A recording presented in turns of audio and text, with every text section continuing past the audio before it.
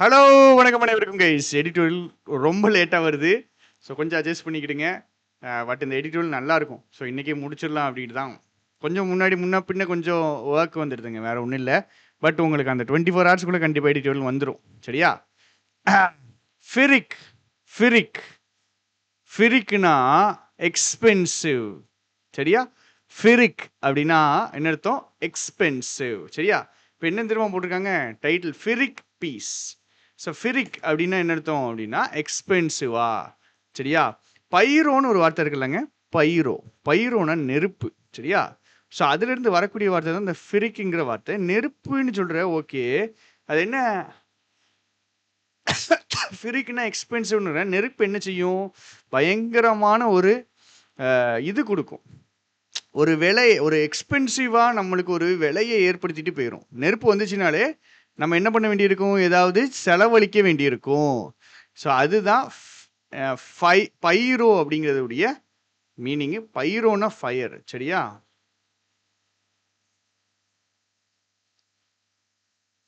பைரோ அப்படின்னா fire. ஃபிரிக் ஃபிரிக் victory அப்படின்னு ஒரு வார்த்தை இருக்கு, சரியா?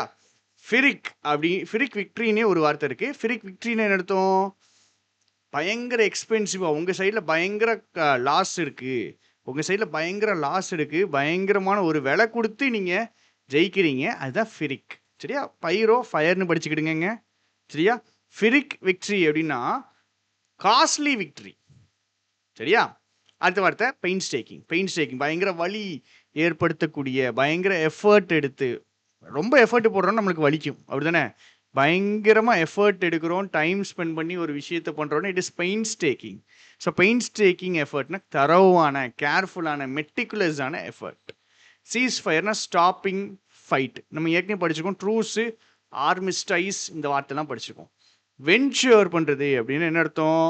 வென்ச்சர் பண்ணுறதுனா attempt something risky or uncertain. ஏற்கனவே இந்த வார்த்தையை நம்ம படித்தோம், கரெக்டாக? டேர் பண்ணுறது, தைரியமாக ஒரு விஷயத்த பண்ணுறது. ஒரு அன்சர்டனான ஒரு விஷயத்த, ஏதோ ஒரு புதுசாக ஒரு விஷயத்த, அன்சர்டனான விஷயத்த அட்டெம்ப்ட் பண்ணுறது, சரியா? பொம்பார்ட்மெண்ட்னா கண்டினியூஸ் அட்டாக்ஸ், அதான் பொம்பார்ட்மெண்ட். பாம்பு போடுறது இருக்குல்ல, பொம்பார்ட்மெண்ட், continuous attacks.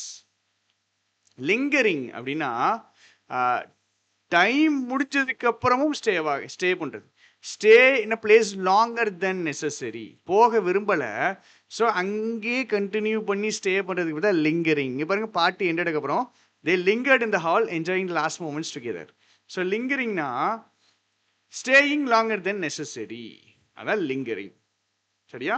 So bombardment, continuous attack. வென்ச்சர்னா ஒரு விஷயத்த, ஒரு புதுசாக ஒரு விஷயத்த இல்லை ரிஸ்கியான விஷயத்த பண்ணுறது. சீஸ் ஃபயர் அப்படின்னா ட்ரூஸு, ஆர்மிஸ்டைஸு, சண்டையை நிப்பாட்டுறது. பெயின்ஸ்டேக்கிங்னா பயங்கர எஃபர்ட் எடுக்கிறது. ஃபிரிக் விக்ட்ரி அப்படிங்கும்போது காஸ்ட்லி விக்ட்ரி, பயங்கர விலை கிரயம் கொடுத்த ஒரு victory. United administration under the Palestinian authority must be in place. என்னது பாலஸ்தீனியன் அத்தாரிட்டி? என்னது என்ன யுனைடெட் அட்மினிஸ்ட்ரேஷன் அப்படிங்கிற கதையை பார்ப்போம். ஸோ இது ஒரு ஃபிரிக் பீஸ், பயங்கர காஸ்ட்லிவான ஒரு பீஸ். 15 மாத சண்டைக்கு அப்புறம், இந்த 15 மாத சண்டையில் எது திரும்ப பார்த்துருக்கோம்? 10,000த்திற்கும் மேற்பட்ட சாவுகளை, சரிங்களா? ஆயிரக்கணக்கான சாவுகளில் 10,000 கணக்கில் மக்கள் செத்தாங்க. அந்த சாவுகளை பார்த்துருக்கோம் 15 மாதம் இந்த போரில். ஸோ அந்த 15 மாதம் போரில் இவ்வளவு சாவுகளை பார்த்ததுக்கு அப்புறம் கூடவே சேர்ந்து மக்கள் மட்டும் சாகலைங்க, காசால நிறையா, மெஜாரிட்டி ஆஃப் காசாவும் அழிஞ்சிடுச்சு. ஏகப்பட்ட ரவுண்ட் ஆஃப் டிஃபிகல்ட்டான பெயின்ஸ்டேக்கிங் எஃபர்ட் போட்டு நிறைய பேச்சுவார்த்தைகளுக்கு அப்புறம் ஹமாஸும் இஸ்ரேலும் என்ன ஒத்துக்கிட்டாங்க அப்படின்னா, சண்டையை நிப்பாட்டுவோம், ட்ரூஸ் பண்ணுவோம், ஆர்மிஸ்டைஸ் அப்படின்னு ஒத்துக்கிட்டாங்க. இன்னும் ஒத்துக்கிறதுக்கு முன்னாடி என்னது நடந்திருக்கு? 15 மாதம் சண்டை, சரிங்களா?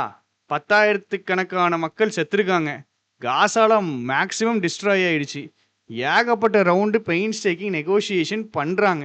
இதெல்லாம் பண்ணதுக்கு அப்புறம்தான் என்ன நடக்குது? சீஸ் ஃபயருக்கு அக்ரி பண்ணுறாங்க. சீஸ் ஃபயர்னா 2 குரூப்பாக அக்ரி பண்ணணும், அதான் பிரச்சனை, சரிங்களா? நியூஸ் வந்த உடனே ஆயிரக்கணக்கான மக்கள் அப்படியே வெளியே போகிறாங்க. வென்ச்சர்னா ஒரு வெளியே போகிறாங்க, டூ அ பிரேவ் ஈவெண்ட் தானே, ஒரு பிரேவாக ஒரு அன்சர்டனான ரிஸ்கியான ஒரு விஷயத்தை பண்றது வெஞ்சர், அப்படிதானே? சண்டை இப்பதான் நிப்பாட்டியிருக்கானுங்க. ஆயிரக்கணக்கான பேர் டக்குன்னு வெளியே போயிட்டானுங்க, தெருவில் போயிட்டு எதுக்கு திரும்ப குதிக்கானுங்க? என்ன ஹோப் உங்களுக்கு அப்படின்னா, டெய்லி பாம்பு போட்டுட்டு இருந்தானுங்க. பாம்பார்ட்மெண்ட் ஷெல்லிங் எல்லாம் ஒண்ணுதாங்க, சரிங்களா? ஸோ அந்த டெய்லி பாம்பு போடுறது முடிஞ்சிரும்ட்டு ஹோப் பண்ணி என்ன பண்ணானுங்க, அவ்வளோ பேரும் தெருக்குள்ளே போயிட்டாங்க. யோசிச்சு பாருங்க, வெஞ்சரிங்கிற வார்த்தை யூஸ் பண்ணியிருக்காங்க. சண்டை இப்போ தான் முடிச்சிருக்கானுங்க, சண்டை இப்போ தான் சீஸ் ஃபயர் பண்ணியிருக்கானுங்க. ஒருவேளை நாளைக்கு கண்டினியூ ஆகலாம், நாளை கழிச்சு கண்டினியூ ஆகலான்ற பயமே கிடையாது. ஆயிரக்கணக்கான பேர் தெருவில் போயிட்டு ஜாலி பண்ணுறது. என்ன நம்பிக்கையில்? சண்டையை முடிச்சிருவாங்கன்ற நம்பிக்கையில். ஆனால் என்ன ஆகுது, அன்சர்டனிட்டி கண்டினியூ ஆகிட்டே இருக்குது. அன்சர்டனிட்டி உறுதியாக தெரியல. முடிச்சிட்டாங்களா, சண்டையை முடிச்சது எல்லாருக்கும் கம்யூனிகேட் ஆகிட்டா. அந்த போரில் ஒருத்தன் நின்றுருப்பான், அங்கே பெஞ்சமின் நெட்டன்யாஹூ கையை கொடுத்து சண்டையை முடிச்சிருப்பாரு. இவனுக்கு இந்த நியூஸ் வந்தால் தானே சண்டையை நிப்பாட்டுவான் இவன். ஸோ அதெல்லாம் இருக்குது, அன்சர்டனிட்டி இருந்துச்சு. ஆனால் ரெண்டு சைடும் சரி பண்ணிக்கிட்டாங்க, ரிசால்வ் பண்ணிட்டாங்க, ஒன்று சேர்ந்துட்டாங்க, சரிங்களா? அதாவது ஒரு ட்ரூஸுக்கு வந்துட்டாங்க, ஒரு சீஸ் ஃபயர் ரிசால்வ் பண்ணிட்டாங்க, சால்வ் பண்ணிட்டாங்க. எதை வித்தியாசங்கள் இருந்துச்சு, என்ன வித்தியாசங்கள்? டீட்டெயில்ஸு வித்தியாசங்கள். எதை பற்றின டீட்டெயில்ஸு? இஸ்ரேல் பார்ஷியலாக எங்கேருந்து வெளியே வரணும், காசாலேருந்து கம்ப்ளீட்டாக வெளியே வரணும்டா. இஸ்ரேல் பார்ஷியலாக வெளியே வரணும். அப்புறம் ஹாஸ்டேஜஸ் பிடிச்சி வச்சுருப்பானுங்கள்ல, அந்த பிடிச்சி வச்சுருக்கணுங்க ரிலீஸ் பண்ணப்படணும். எப்போ? நாளில் அப்படின்ட்டு. அப்போது இவ்வளவு விஷயங்கள், இந்த டீட்டெயில்ஸ் எதை பற்றின டீட்டெயில்ஸ்லான்னு பாருங்கள். அன்சர்டனிட்டி இருக்குது, ரெண்டு சைடும் சண்டையை முடிக்கிறாங்க, லாஸ்ட் மினிட் டிஃபரன்சஸையும் சரி பண்ணுறாங்க. எதுல எல்லாம் லாஸ்ட் மினிட் டிஃபரன்ஸ் இருக்குது? இஸ்ரேலு காசாலேருந்து பார்ஷியலாக வெளியே வர்றது ஃபர்ஸ்ட் பாயிண்ட். அப்புறம் எவனையெல்லாம் ரிலீஸ் பண்ணணும் அப்படிங்கிற செகண்ட் பாயிண்ட். இது ரெண்டு சின்ன சின்ன டீட்டெயில்ஸ் இருக்குது, அந்த டீட்டெயில்ஸையும் சரி பண்ணிடுறானுங்க. Cease fire came into force on Sunday, சண்டையை நிப்பாட்டியாச்சு, சரியா? சரி, இது ஒரு பெர்மனன்ட்டா? சண்டையை நிப்பாட்டியாச்சு, இது ஒரு பெர்மனன்ட்டா? பெர்மனன்ட் கிடையாது. பட்டு கிவனுடைய 4 மீனிங் கீழே கமெண்ட் பண்ணிடுவோம். திருப்பி ஏகப்பட்ட கிளாஸை சொல்லிட்டேன்னா கிவனுக்கு 4 மீனிங் இருக்குது, 4 பார்ட் ஆஃப் ஸ்பீச் இருக்குன்ட்டு. இங்கே கிவனுங்கிறது preposition considering the violence Israel and Gaza have witnessed since. இந்த டைம்ல இருந்து இஸ்ரேலும் காசாவும் விட்னஸ் பண்ண வயலன்ஸை நம்ம யோசிச்சு பார்த்தோம்னா, சண்டையில் ஒரு நிப்பாட்டினது, நீங்கள் பாஸ் போட்டதே, ஒரு டெம்பரரியாக நிப்பாட்டினதே ஒரு பெரிய ரிலீஃபு. எதுக்கு? டெம்பரரியாக நிப்பாட்டினதே பெரிய ரிலீஃப். ஏன்னா நீங்கள் போட்ட சண்டை அப்படிடா, நீங்கள் அடிப்பட்டு பண்ண வயலன்ஸ் அப்படி. நீங்கள் பண்ண வயலன்ஸ் எல்லாம் பார்க்கும்போது ஒரு பாஸ் பண்ணதே டெம்பரரியாக நிப்பாட்டியிருந்தா கூட எங்களுக்கு அது பெரிய ரிலீஃப் அப்படிங்கிறாங்க. எஸ்பெஷலி யாருக்கு? காசாவுடைய 2.3 மில்லியன் பாலஸ்டீனியன்ஸுக்கு பெரிய ஒரு ரிலீஃப் அப்படிங்கிறாங்க. இப்போ கதை எப்படி ட்ராவல் ஆகுது, என்ன ட்ராவல் ஆகுதுன்னு பார்ப்போம். ஃபர்ஸ்ட் லைனே என்னது? சீஸ் ஃபயருக்கு ஒத்துக்கிட்டானுங்க. ஒத்துக்கிட்ட உடனே என்ன நடக்குது? வெளியே போயிட்டாங்க, சந்தோஷமா இருக்காங்க. ஸோ இதுதான் நியூஸ். சீஸ் ஃபயர் நடந்துட்டு மக்கள் ஹாப்பி, சரியா? சீஸ் ஃபயர் நடந்தாச்சு, மக்கள் ஹாப்பி, ரைட். அதுக்கப்புறம் சீஸ் ஃபயர் நடந்தது உண்மைதானா அப்படிங்கிற டவுட் எல்லாம் இருக்கு. ஃபைனல் டீட்டெயில்ஸ் எல்லாம் முடிச்சு விடுறாங்க. இது பெர்மனண்ட்டான ஒரு எண்டு கிடையாது. ஆனால் இதுவே அவங்களுக்கு ரொம்ப ஒரு பயங்கர ஒரு ரிலீஃபாக இருக்குது. காசாவில் இருக்கிற பாலஸ்தீனியன்ஸ், ஏன்னா காசாவில் இருக்கிற பாலஸ்தீனியன்ஸை தான் இஸ்ரேல் அட்டாக் பண்ணுறாங்க. இஸ்ரேல் அட்டாக் பண்ணுறதே காசாவில் இருக்கிற மக்கள்னு சொல்கிறத விட காசாவில் ஸ்பெசிஃபிக்காக இருக்கிற பாலஸ்தீனியன்ஸ். சரி, அப்போது சண்டையை நிப்பாட்டிட்டாங்க. சண்டையை இனிமேல் வராது, டெம்பரரி ரிலீஃபாக இருந்தாலும் பரவாயில்ல. சண்டை இனிமேல் வருமா வராதுன்னு சொல்ல முடியாது, பெர்மனன்ட் எண்டு கிடையாது. திருப்பி சண்டை வரலாம், பட் பாஸே ஒரு பெரிய விஷயம். ஓகே, இப்போ சீஸ்ஃபயர் அக்ரிமெண்ட்டை பற்றி பார்க்க போகிறோம். சரியா, சண்டை நிப்பாட்டியாச்சு. Okay, ceasefire agreement 3 phase. சரியா, 3 ஃபேஸஸ் நடக்கும். சரியா, ஃபேஸ்னா டைம் பீரியட்ஸ், பிஹெச்ஏஎஸ்சினாலே டைம் பீரியட்ஸ். ஃபஸ்ட்டு டைம் பீரியடில் இல்லை ஃபஸ்ட்டு ஃபேஸில் சரியா என்ன ஆகும்னா, ஹமாஸ் வந்துட்டு 33 பேர் ரிலீஸ் பண்ணுவான். இது பேசினாங்கல்ல, இதான் டீட்டெயில்ஸில் பேசினாங்க.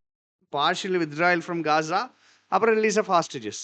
33 பேர் ரிலீஸ் பண்ணுவாங்க. இஸ்ரேல் எத்தனை பேர்? 1000 பேர் ரிலீஸ் பண்ணுவான். செகண்ட் ஃபேஸில் என்ன பண்ணுவாங்க, இன்னும் கொஞ்சம் எக்ஸ்சேஞ்ச் பண்ணிக்கிடுவாங்க ஹாஸ்டேஜஸ் கைதிகள். சரியா, அப்புறம் பிரிசனர்ஸையும் எக்ஸ்சேஞ்ச் பண்ணிக்கிடுவானுங்க, ஹாஸ்டேஜஸ் எக்ஸ்சேஞ்ச் பண்ணிக்கிடுவாங்க.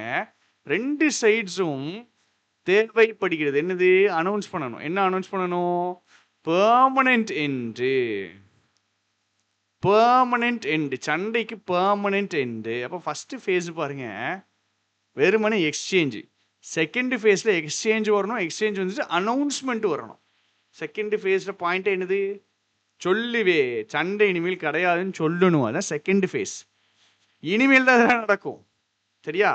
மூணாவது ஃபேஸ் என்ன அப்படின்னா, சரி சண்டையை முடிச்சாச்சு, அதுக்கப்புறம் அடுத்த நாள்ல இருந்து யாரு காசால இன்சார்ஜா இருப்பான், காசாவை ரூல் பண்றது யாரு, இதுதான் தேர்டு ஃபேஸ். சண்டையே வந்துட்டு காசா எங்களுக்குன்னு இஸ்ரேல் சொல்றான், உங்களுக்கு கிடையாதுன்ட்டு அவன் சொல்றான். ஸோ சண்டையெல்லாம் போட்டு முடிச்சுட்டு ஃபர்ஸ்ட் ஃபேஸில் பிரிசனரை எக்ஸ்சேஞ்ச் பண்ணுறீங்க, பிரச்சனை கிடையாது. செகண்ட் ஃபேஸ்லையும் பிரிசனர் எக்ஸ்சேஞ்ச் பண்ணிட்டு அனௌன்ஸ்மெண்ட் பண்ணணும், சண்டை போட மாட்டோன்ட்டு. அது ரொம்ப பிரச்சனையாக தெரியல. பட் இந்த மூணாவது ஃபேஸை ரொம்ப டேஞ்சராக இருக்குது. ஏன்னா என்ன முடிவு பண்ணணும் டிஸ்கஸ் பண்ணி, காசாவை யார் ஆட்சி செய்வார் முடிவு பண்ணணும். ஒருவேளை இந்த முடிவுகள்லையும், காட் ஃபர்பிட், இந்த முடிவுகள்லையும் அவங்க ஒத்து வரலை ரெண்டு பார்ட்டி அப்படின்னா திருப்பி சண்டைய ஆரம்பிச்சுவானுங்க. அதான் நம்மளுக்கு இருக்கிற பெரிய சிக்கலே. சரியா? அப்போ கதை புரிஞ்சுக்கணும், என்ன சொல்றாங்க, எப்படி சொல்ல வராங்க அப்படிங்கிறதையும் புரிஞ்சுக்கணும். சரியா? ஒரு 2-3 டேஸை இந்த மாதிரி எடிட்டோரியல்ஸ் பார்ப்போம். அதுக்கப்புறம் நம்ம மாற்றிடுவோம், டிஃபிகல்ட்டியை ஏற்றிடுவோம். புரிஞ்சுக்கணும். சரியா? எல்லா நாளும் இப்போ ஓரளவு கொஞ்சம் பழகியிருப்பீங்க. ஒரு 10 எடிட்டோரியல்ஸில் ஹிந்து எடிட்டோரியல்ஸில் பழகியிருப்பீங்க. பட் அதுக்கப்புறம் வி வில் சேஞ்ச், வேறு எடிட்டோரியல்ஸுக்கு போயிடுவோம். பிஸ்னஸ் லைன் இருக்குது, எக்ஸ்பிரஸ் இருக்குது, மற்ற எடிட்டோரியல்ஸுக்கும் நாம் கண்டிப்பாக பண்ணுவோம். As of now second paragraph வந்தாச்சு. ஆஸ் ஆஃப் நவ் ரெண்டு சைடும் ஃபோக்கஸ்டாக எதில் தான் இருக்கானுங்க? ஃபேஸ் 1 ஃபஸ்ட்டு பணைய கைதிகளை மாற்றணும். சண்டை எப்போ ஆரம்பிக்கும் அப்படின்னா அடுத்தடுத்த ஃபேஸஸுக்கு போகும்போது தான் சண்டை ஆரம்பிக்கும். சரியா? Trouble good arise when negotiations for the next phases begin. ஃபேஸில் பிரச்சனை இல்லை, ரெண்டாவது ஃபேஸில் பிரச்சனை இருக்கு, மூணாவது பெரிய பிரச்சனை இருக்கிறது. சரியா? இஸ்ரேல் போருக்கு போகும்போது இஸ்ரேல் செட் பண்ண அப்ஜெக்டிவ் எத்தனை தெரியுமா? 2 அப்ஜெக்டிவ். யாருக்கு? இஸ்ரேலுக்கு தானே செட் பண்ண அப்ஜெக்டிவ் 2. இந்த என்ன அப்ஜெக்டிவ்னு சொல்ல போகுது, ஹமாஸை அழிக்கணும், ஹாஸ்டேஜஸ் ரிலீஸ் பண்ணணும். அழிக்கணும், ரிலீஸ் பண்ணணும். இதுதான் அவன் மைண்டில் இருக்க பிளானு. 15 வருஷம் போரில், சரி இது 2 எய்மாக வச்சிருக்கீல்ல நீ, 15 வருஷம் போரில் இஸ்ரேல் என்ன பண்ணியிருக்கு?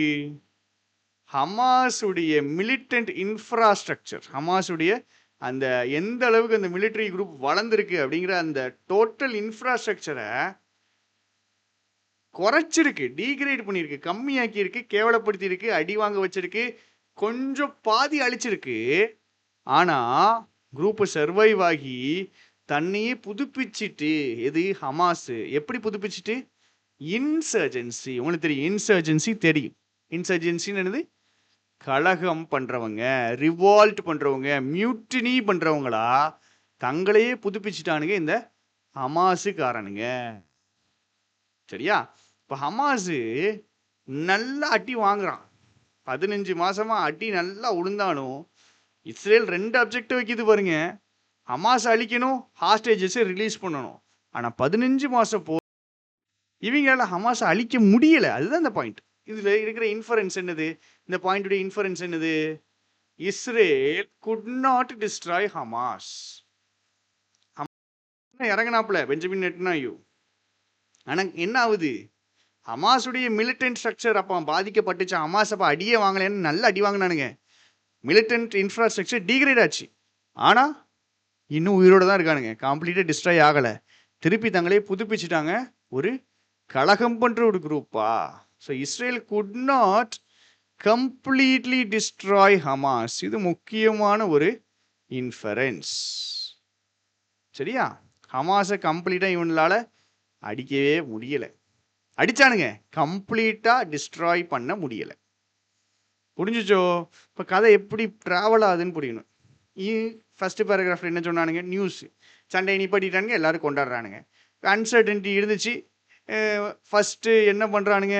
முதல் நாளில் சின்ன சின்ன டீட்டெயில்ஸ், சாரி ஃபஸ்ட்டு ஃபேஸ்லாம் போகல, அன்சர்டன்ட்டி இருந்துச்சு. ஏன் அன்சர்டன்ட்டி இருந்துச்சு? Last minute difference. சரி, அதெல்லாம் சரி பண்ணிட்டானுங்க. பெர்மனெண்ட் எண்டு கிடையாது, டெம்பரரி எண்டு தான். இருந்தாலும் எங்களுக்கு சந்தோஷம் தான். சரிங்க, எப்படி சண்டையெல்லாம் நீங்கள் முடிச்சிங்க அப்படின்னா 3 ஃபேஸ் போட்டோம். 3 ஃபேஸ் இருக்குது. இந்த 3 ஃபேஸ் எப்படிப்பட்ட ஃபேஸ்ன்னு அடுத்து சொல்கிறானுங்க பாருங்க. ஃபேஸ் 1ல் தான் இப்போதைக்கு 2 பேரும் ஃபோக்கஸ்டாக இருக்கானுங்க. 2வது 3வது ஃபேஸில் தான் நம்மளுக்கு பிரச்சனைன்ட்டானுங்க. இப்போ ஃபேஸுடைய கதைகள் இதோட முடிஞ்சிச்சு.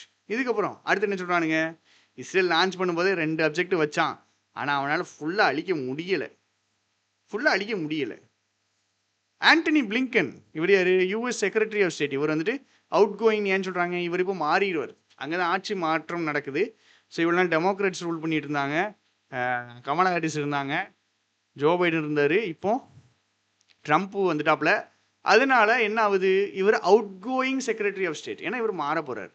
அவரை பொறுத்த வரைக்கும் ஹமாஸ் செனுதனம் பண்ணா சூப்பரான லைன் இது. கம்பேரிசன் நல்லா இருக்கு. as many fighters as it had lost during the war. போறப்போ எத்தனை பேரை லூஸ் பண்ணாங்களோ அத்தனை பேர் ரெக்ரூட் பண்ணிட்டான். அப்போனா என்ன அர்த்தம், ஒரு 10,000 பேர் செத்தானுங்க அப்படின்னா 10,000 பேருக்கு ஆட்களை எடுத்துட்டானுங்க இந்த ஹமாஸ். ஒரு குரூப் எப்போ அழியும், அதுக்குரிய ஆட்கள் இல்லை, கொண்டுட்டே இருக்காங்க, ஆட்கள் கம்மியாகுது, ஆட்கள் குறையுதுனா தான் அந்த குரூப் அழியும். ஆனால் ஹமாஸ் என்ன பண்ணுது, எத்தனை பேர் செத்தானுங்களோ அத்தனை பேர் ரெக்ரூட் பண்ணுது. அப்போ எப்படி அழியும்? இஸ்ரேலால் என்ன பண்ண முடியல, அழிக்க முடியல. இன்னபிலிட்டி டு டிஸ்ட்ராய் ஹமாஸ், அழிக்கவும் முடியல, இல்லை ஹாஸ்டேஜஸ் உடைய ரிலீஸை செக்யூரும் பண்ண முடியல. எது வழியா? த்ரூ தி அஃபென்சிவ், அட்டாக் பண்ணுறது மூலமா. த்ரூ தி அஃபென்சிவ், இங்கே அஃபென்சிவ்ங்கிறது நவுன். இஸ்ரேலால் ஒரு விஷயத்தை பண்ண முடியல, என்னது, அழிக்கவும் முடியல, சண்டை போட்டு ஹாஸ்டேஜஸை ரிலீஸ் பண்ண முடியல. பீஸ் பேசி, சமாதானம் பேசி, ட்ரூஸ் பேசி, சீஸ்ஃபயர் பேசி ரிலீஸ் பண்ண வைக்க முடியுது.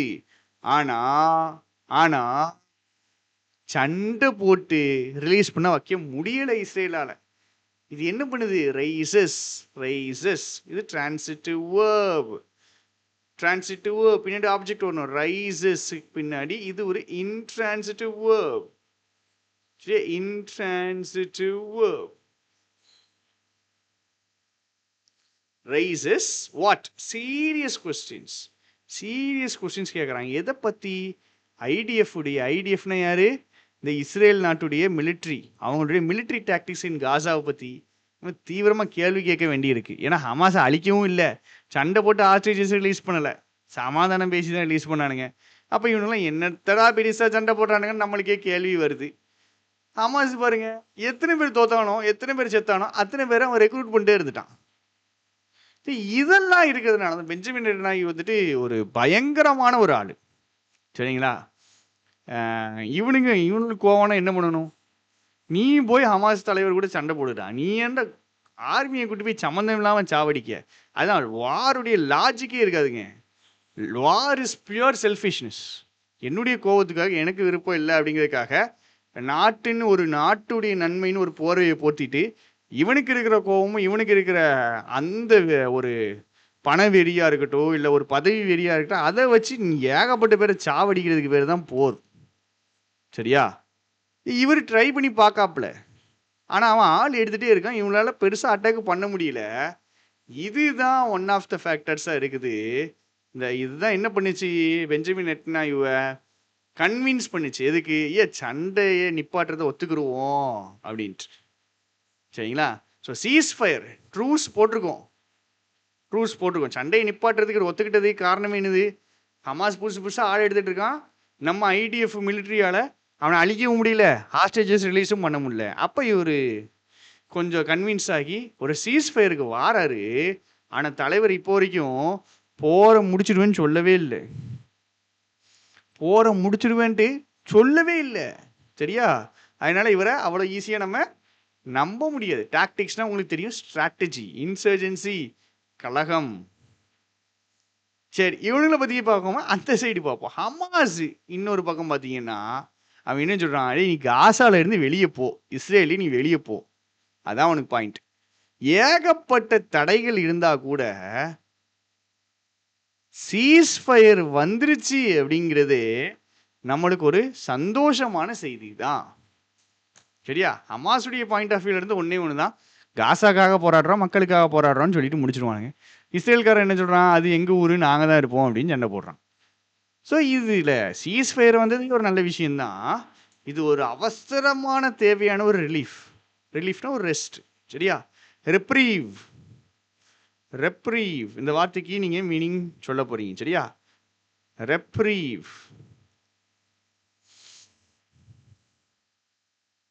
ரெப்ரீவ்னா என்ன அர்த்தம் அப்படின்னு சொல்ல போறீங்க.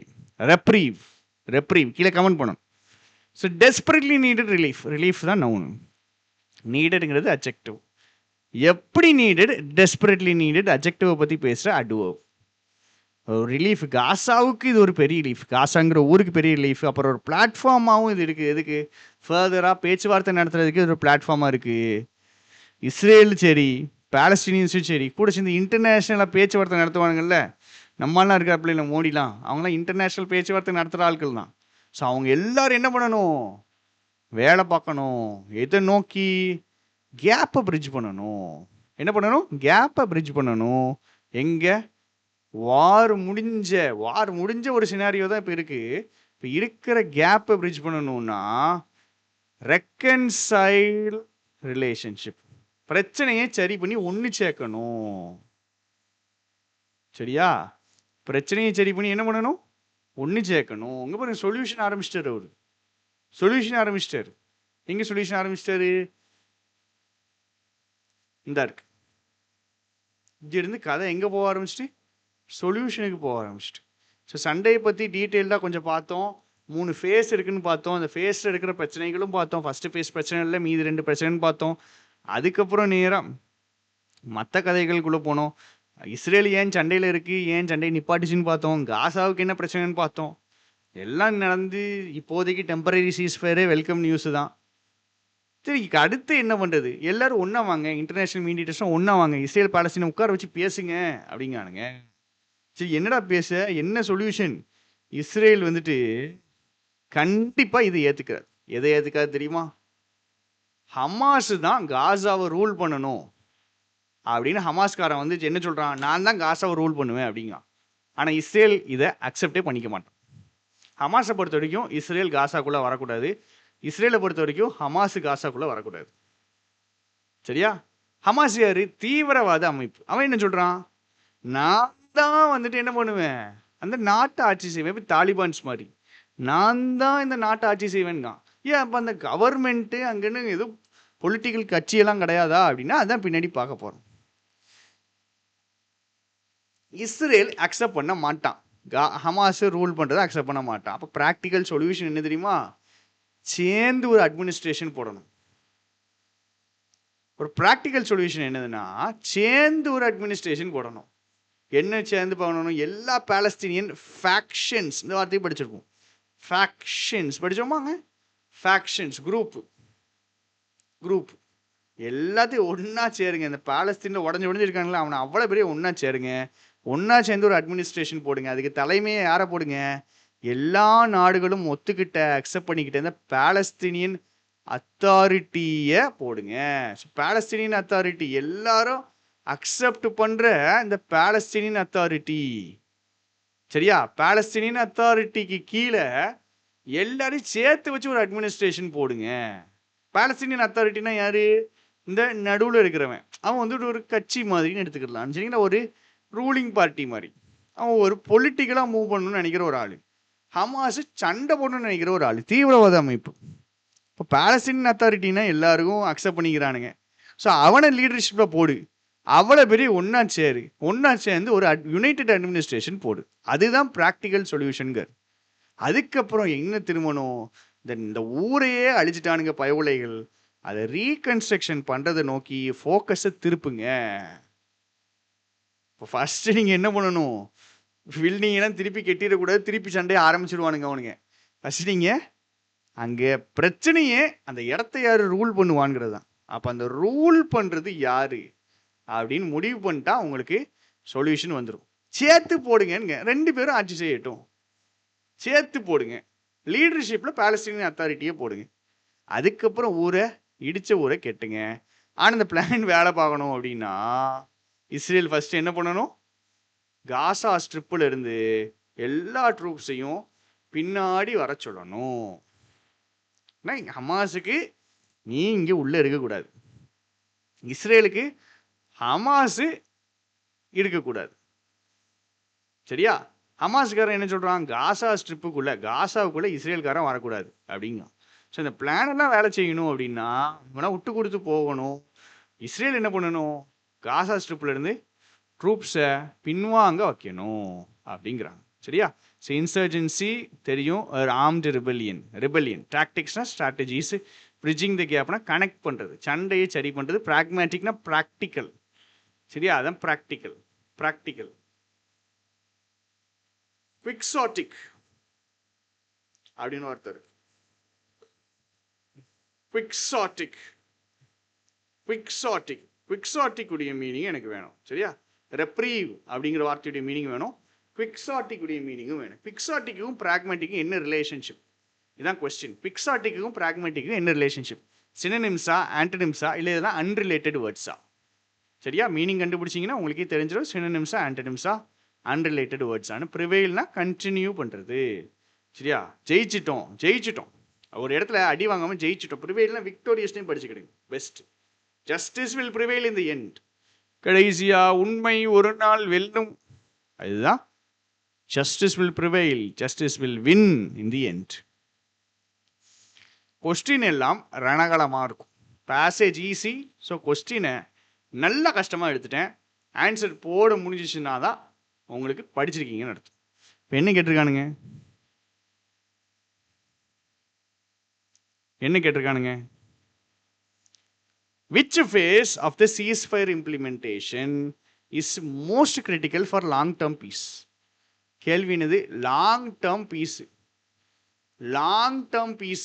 எனக்கு வேணும், அதுக்கு எது ரொம்ப கிரிட்டிக்கல்னு கேட்டிருக்கான். அதுக்கு எது ரொம்ப கிரிட்டிக்கல். இந்த கதைகள்லாம் பேசியிருக்கானுங்களே. இந்த சொல்யூஷன்னு தலைவர் பேச ஆரம்பித்தார். எங்கே பேச ஆரம்பித்தான் சொல்யூஷன்னு? இங்கேருந்து இன்டர்நேஷ்னலாக வந்து நீங்கள் பேச்சுவார்த்தை நடத்தணும், ப்ராக்மெட்டிக் சொல்யூஷன் இதெல்லாம் சொல்கிறாங்கல்ல, இதெல்லாம் தான் தேர்ட் ஃபேஸ். அப்படி தானே? தேர்டு ஃபேஸ் தான் என்னது, எவன் ரூல் பண்ணுவான் அப்படிங்கிறது third phase. Third phase. Second phase என்னது, ஆட்களை மாற்றிக்கிறணும், அதுக்கப்புறம் சண்டையை நான் நிப்பாட்டிக்கிறேன்னு சொல்லணும். தேர்டு ஃபேஸ் எவன் ரூல் பண்ணுவான்னு முடிவு பண்ணுறது. ஃபஸ்ட்டு ஃபேஸ் வெறும் ஆட்களை மாற்றுறது. இப்போது எந்த ஃபேஸ் ரொம்ப முக்கியம்னு கேட்குறானுங்க. எல்லா ஃபேஸும் ஈக்குவலி கிரிட்டிக்கலா அப்படின்னா பி போடுங்க, இல்லை அப்படின்னா ஏ போடுங்க, இல்லை பி போடுங்க, இல்லை சி போடுங்க. நீங்கள் தான் ஆன்சர் போட போகிறீங்க. நான் சொல்லித்தர மாட்டேன், ஸ்பூன் ஃபீட் பண்ண மாட்டேன். பரீட்சையில் வந்து நான் சொல்லி கொடுப்பது ஹெல்ப் பண்ணாது. சரியா? பிரிட்ஜிங் த கேப்பு. கொஸ்டின் ஈஸி, அதனால் எல்லா வாத்தியாரும் பண்ணுற மாதிரி நான் ஆன்சர் போட்டுருவேன். சண்டையை சரி பண்ணுறது. சரி, ஸ்டேக் ஹோல்டர்ஸ்னால் யாருக்கெல்லாம் அதில் பாதிக்கப்படுறாங்களோ அவங்க தான் ஸ்டேக் ஹோல்டர்ஸ். ஸோ அவங்க மத்தியில் போஸ்ட் வாருக்கு அப்புறம் இருக்கிற ஸ்ட்ராட்டஜிஸை சரி பண்ணுறது, அதான் பிரிட்ஜிங் த கேப். நிறைய பிரச்சனைகள் இருக்கும், சண்டைக்கு அப்புறம் சின்ன டிஃப்ரென்ஸ் இருக்கும், அதை சரி பண்ணுறது தான் பிரிட்ஜிங் த கேப். அதுதான் இன்டர்நேஷ்னலாக ஆளை கூட்டுவாங்கன்னு காணுங்க. ஆண்டனி பிளிங்கன் வந்துட்டு என்ன சொல்கிறாப்புல, ஹமாஸ் ஆள் எடுத்துகிட்டே இருக்கான் அப்படின்னு சொல்கிறாப்புல. இல்லை, எதுக்கு சொல்கிறாரு? ஹமாஸ் ஆள் எடுத்துகிட்டே இருக்கான்டா, அவன் வந்துட்டு ஹமாஸை அடிக்கவே முடியல பார்த்துக்கிடுங்க. எது தெரியுமா, எத்தனை பேர் லாஸ் ஆனாலும் அதுக்கு ஈக்குவலாக recruited as many people as, எத்தனை பேர் செத்தானுங்களோ அத்தனை பேர் அவன் ஆள் எடுத்துகிட்டே இருந்தான் அப்படின்னு எதுக்கு அவர் சொல்கிறாரு? தலைவர் என்ன சொல்ற வந்தார், எதுக்காக இந்த பாயிண்ட்டு இங்கே இன்க்ளூட் பண்ணியிருக்கு? கேள்வி என்ன தெரியுமா, அவர் எதுக்கு சொன்னாருங்கிறது கிடையாது. அவர் சொன்ன பாயிண்ட்டை எதுக்கு ஆத்தர் சேர்த்திருக்காருங்கிறது தான் கேள்வி.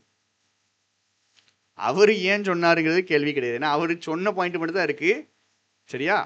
அவர் சொன்ன பாயிண்ட ஆத்தர் ஏன் சேர்த்தாரு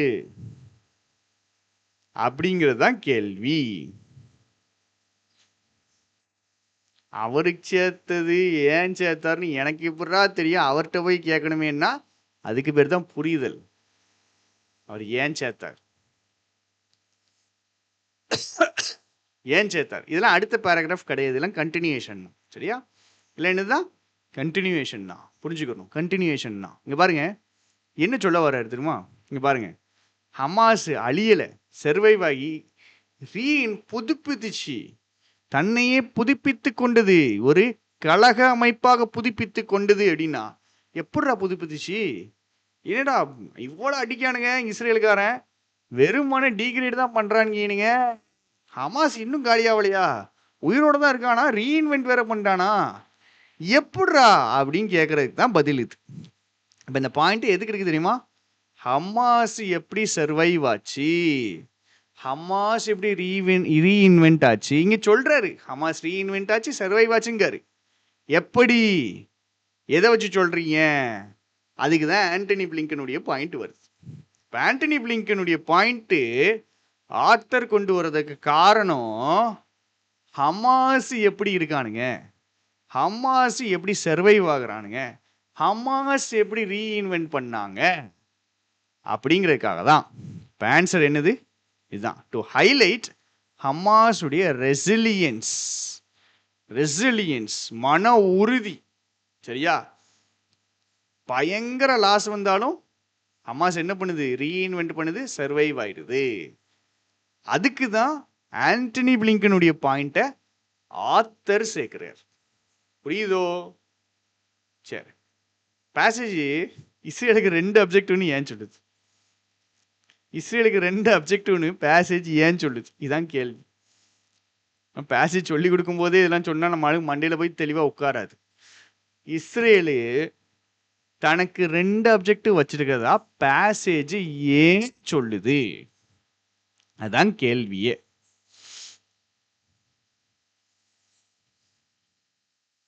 நீங்க நம்ம எடிட்டோரியல் ஒரு 100 எடிட்டோரியல் இந்த மாதிரி எடுத்துட்டு வர நான் பிளான் போட்டிருக்கேன். அதை மட்டும் படிங்க. உங்களுக்கு இங்கிலீஷ் வரலைன்னா ஏனைய வந்து கேளுங்க, என்கிட்ட வந்து கேளுங்க. 3 நேரம் சட்டை பிடிச்சி கேளுங்க. ஆனால் 100 பார்க்கணும். 40 இல்லை, 20 இல்லை, 10 இல்லை, 5 இல்லை, 50 இல்லை, 100. செம்மையா இங்கிலீஷ் வந்துடும். சரி, கேன்சர் போடும்.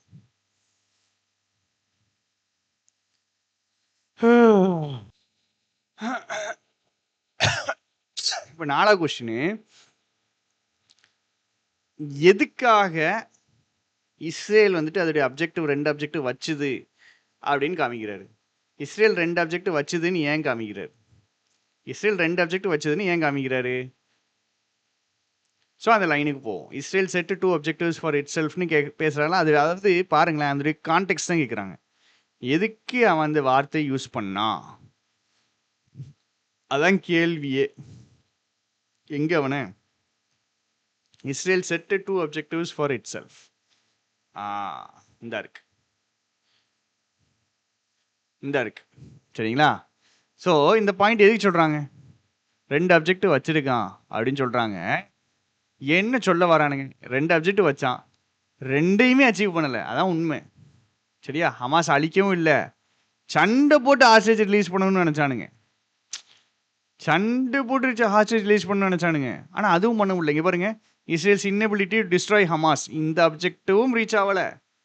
Secure the release of hostages through the offensive, இதுவும் பண்ணல. இப்போ எதுக்கு அவர் இந்த பாயிண்ட் சொல்றாரு? இந்த பாயிண்ட் அவர் எதுக்கு சொல்றாரு? ஸோ இந்த ஃபேஸஸ் உடைய கதை இதோட முடிஞ்சிட்டு, அடுத்தது இஸ்ரேல் 2 அப்ஜெக்டிவ் வச்சுச்சு அப்படின்னு சொல்லிட்டு கதை எப்படி கண்டினியூ ஆகுது? ஹமாஸ் நின்றுட்டான், அடிச்சு நின்றுட்டான், ஊனி நின்றுட்டான், சர்வைவ் ஆகிட்டான், ரீஇன்வென்ட் பண்ணிட்டான். எதுக்கு இதெல்லாம் பேசுறாரு? இஸ்ரேலால அப்ஜெக்டிவை ஃபுல்ஃபில் பண்ண முடியல அப்படின்னு சொல்ல வர்றாரு. ஏன்னா இஸ்ரேல் 2 அப்ஜெக்டிவ் செட் பண்ணிடுச்சுன்னு சொன்னதுக்கப்புறம் ஹமாஸ் ஸ்ட்ராங் ஆகிட்டான், அவனை அடிக்கிறது கஷ்டம், அவன் ரீஇன்வென்ட் பண்ணிட்டான், எத்தனை பேர் நீ அடித்தாலும் அவன் புதுசாக ஆள் எடுத்துகிட்டே இருந்துட்டான் அப்படின்னு சொல்கிறாங்கன்னா எதுக்கு சொல்கிறாங்க? நீ ஒரு எய்ம் வச்ச, ஆனால் அந்த எய்மை நீ அச்சீவ் பண்ணலை. இப்போ எய்ம் வச்சதுக்கும் ஆக்சுவல் அச்சீவ்மெண்ட்ஸ்க்கும் எவ்வளோ வித்தியாசம் இருக்குன்னு காமிக்கிறானுங்க. அதுக்கு தான் பண்ணுறானுங்க. எய்ம் வச்சது ஒன்று, ஆக்சுவல் அச்சீவ்மெண்ட்ஸு வேற. எய்ம் வச்சது 2, அவனை அழிக்கணும், இருக்கிற அவளை ஹாஸ்டேஜஸ் சண்டை போட்டு ரிலீஸ் பண்ணணுன்ட்டு, 2யுமே பண்ணலை. அச்சீவ் பண்ணது என்னது? அவனை அழிக்கவும் இல்லை, சமாதானம் பேசி ஹாஸ்டேஜஸை ரிலீஸ் பண்ணுறானுங்க. ஸோ ஆக்சுவல் அச்சீவ்மெண்ட்ஸுக்கும் எய்முக்கும் இருக்கிற கான்ட்ராஸ்ட் காமிக்கிறதுக்கு தான் 2 அப்ஜெக்டிவ்ங்கிற பாயிண்ட்டே இருக்கு. ஏன்னா அந்த 2 அப்ஜெக்டிவ் சொல்லிட்டு அதுக்கப்புறம் கண்டினியூ பண்ற கதை ஹமாஸ் தான் நின்னுட்டான், ஹமாஸ் ரீஇன்வென்ட் பண்ணிட்டான்னு பேசும்போது இவங்க ஃபெயில் ஆயிட்டாங்க அப்படிங்கிற பாயிண்ட் தான் மெயினா வருது. 5th கொஸ்டின் ரொம்ப முக்கியம்.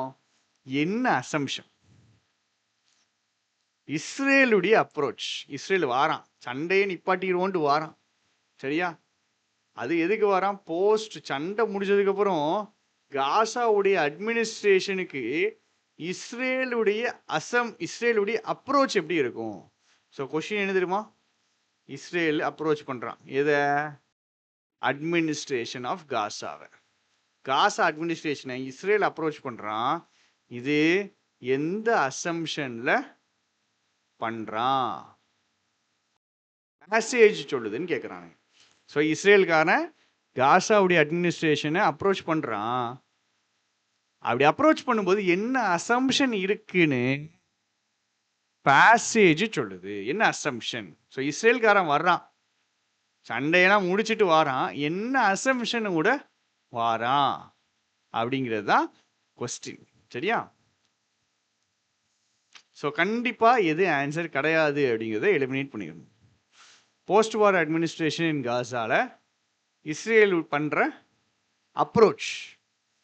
அப்ரோச்சுடைய அசம்ஷன். இஸ்ரேல் பீஸ் பேச வாரான். இஸ்ரேல் வந்துட்டு சண்டையை முடிச்சுட்டு பீஸ் பேசி தேர்ட் ஃபேஸ், இதுதான் தேர்ட் ஃபேஸ், காசாவுடைய அட்மினிஸ்ட்ரேஷனுக்கு வாரான். அப்போ அவன் எப்படி வரணும், எதை மைண்டில் வச்சுட்டு வரணும்? அசம்ஷன் என்னது? ஃபவுண்டேஷன். அந்த விஷயம் இல்லைன்னா ஸ்டேட்மெண்ட்டே ஃபெயில் ஆயிரும். ஸோ இஸ்ரேல் வர்றான் அப்படின்னா எதை மைண்டில் வச்சுட்டு வரணும், எதை யோசிச்சுட்டு வரணும்? எதை மைண்டில் வச்சுட்டு வரணும், எதை யோசிச்சுட்டு வரணும்? இன்டர்நேஷ்னல் இன்டர்வென்ஷன் தேவை இல்லைன்னு யோசிச்சுட்டு வரணுமா? கிடையாது. ஹமாஸ் லாங் டேர்ம் ஸ்டெபிலிட்டிக்கு கண்ட்ரோல் வச்சிருக்கணுமா, இதை வச்சிருக்கணுமா? இதை அவன் யோசிக்கவே மாட்டான். ஸோ இஸ்ரேல்காரன் வரும்போது என்ன அசம்ஷனில் வரணும்? இஸ்ரேல் பின்னாடி, நம்ம பின்னாடி போனால் தான் காசாவே வாழும், ரீகன்ஸ்ட்ரக்ஷனே நம்மளை நம்பி தான் இருக்கு, அதை மைண்டில் வச்சுட்டு வரணுமா? இல்லை கவர்மெண்ட் எந்த கவர்மெண்ட் இருந்தாலும் நான் விடவே மாட்டேன் அப்படிங்கிறத மைண்டில் வச்சுட்டு வரணுமா? ஏ ஆப்ஷன் பாருங்க, ஏ ஆப்ஷனும் டி ஆப்ஷனும் பாருங்க. ஹமாஸ் தான் லீட் பண்ணணும், ஹமாஸ் தான் கண்ட்ரோல் பண்ணணுங்கிறது டி. பாலஸ்தீன் தான் கவர்மெண்ட்ல எடுக்கணுங்கிறது ஏ. இதை மைண்டில் வச்சுட்டா அவன் அட்மினிஸ்ட்ரேஷனுக்கு வரணும். அவன் எதை மைண்டில் வச்சுட்டு அட்மினிஸ்ட்ரேஷனுக்கு வரணும்? இதை மைண்டில் வச்சுட்டு, இதை மைண்டில் அவனுக்கு இருந்துச்சுன்னா அவன் அட்மினிஸ்ட்ரேஷனுக்கே வரமாட்டான், பேச்சுவார்த்தைக்கே வரமாட்டான், காசா அட்மினிஸ்ட்ரேஷனுக்கே வரமாட்டான். ஸோ காசா அட்மினிஸ்ட்ரேஷனுக்கு வரும்போதே அவன் மைண்ட் செட் எப்படி இருக்கணும், அவன் எதை யோசிக்கணும், எதை ஃபவுண்டேஷனாக வச்சிருக்கணும், ஏன் பேச்சுவார்த்தைக்கு வரணும், எதை ஃபவுண்டேஷனாக வச்சிருக்கணும், எதை அவன் யோசிக்கணும்? அசம்ஷன்னா புரிஞ்சுக்கிடுங்க. கொஸ்டின் ரொம்ப டிஃபிகல்ட் தான் இந்த கொஸ்டின், பட் கொஞ்சம் புரிஞ்சுக்கிடுங்க. அசம்ஷன்னா என்னது? ஃபவுண்டேஷன். இஸ்ரேல் பேச போகும்போது எதை மைண்டில் வச்சுட்டு போகணும்?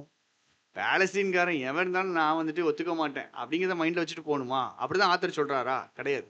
ஹமாஸ்லாம் வந்து கண்ட்ரோலில் வைக்கவே கூடாது, அதை மைண்டில் வச்சுட்டு போகணும்னு சொல்கிறாரா? கிடையாது. ப்ராக்டிக்கல் சொல்யூஷன் இதுதான், எல்லாரும் ஒன்றா சேர்ந்து ஆட்சி செய்கிறது தான் அப்படிங்கிறது தான் இவன் மைண்டில் இருக்கணும், சரியா?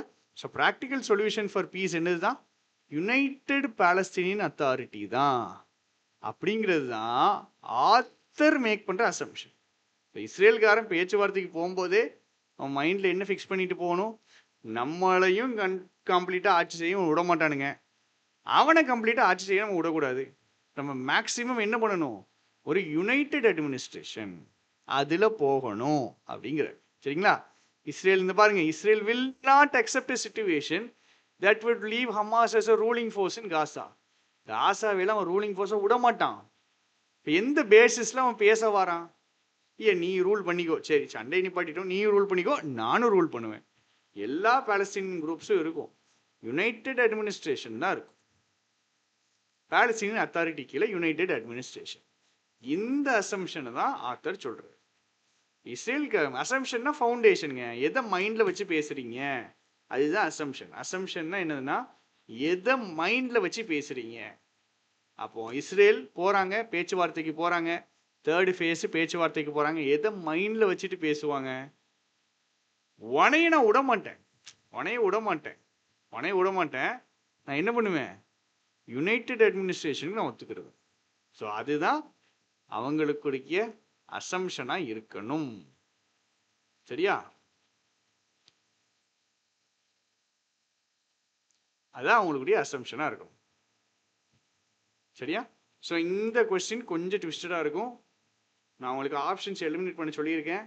சென்டென்ஸ் அண்டர்ஸ்டாண்ட் பண்ணிக்க ட்ரை பண்ணுங்க. நல்லா டைம் ஸ்பெண்ட் பண்ணுங்க. இதெல்லாம் புரியலைனாலும் பொறுமையாக உட்காந்து டைம் ஸ்பெண்ட் பண்ணுங்க. எனக்கு ஃபர்ஸ்ட் கொஸ்டினுக்கு மட்டும் நீங்கள் தான் ஆன்சர் போடுற மாதிரி இருக்கும். ஃபர்ஸ்ட் கொஸ்டின் நீங்கள் தான் ஆன்சர் போடுற மாதிரி இருக்கும். இங்கிலீஷில் சென்டென்ஸ் அண்டர்ஸ்டாண்டிங் கொண்டு வர்றதா ரொம்ப கஷ்டம், ரொம்ப ரொம்ப கஷ்டம். பயங்கர எஃபர்ட் போடணும், மெனக்கட்டணும், கஷ்டப்படணும். பட் ஓரளவுக்கு ஒரு 6-7 வருஷம் கிளாஸ் எடுத்ததில் ஓரளவுக்கு மேனேஜ் பண்ணி இதுதான் முக்கியம், இதுதான் பண்ணணும், இப்படி தான் போகணுன்ற ஒரு ஐடியா எனக்கு இருக்குங்க. தைரியமாக ஃபாலோ பண்ணுங்க, தைரியமாக படிங்க, தைரியமாக ஃபாலோ பண்ணுங்க. கண்டிப்பாக நீங்கள் எக்ஸ்பெக்ட் பண்ணுற ரிசல்ட்ஸ் வரும். இன்னைக்கு கொஞ்சம் லேட் ஆகிட்டு கொஞ்சம் அட்ஜஸ்ட் பண்ணிக்கிங்க. Thank you, bye bye, see you.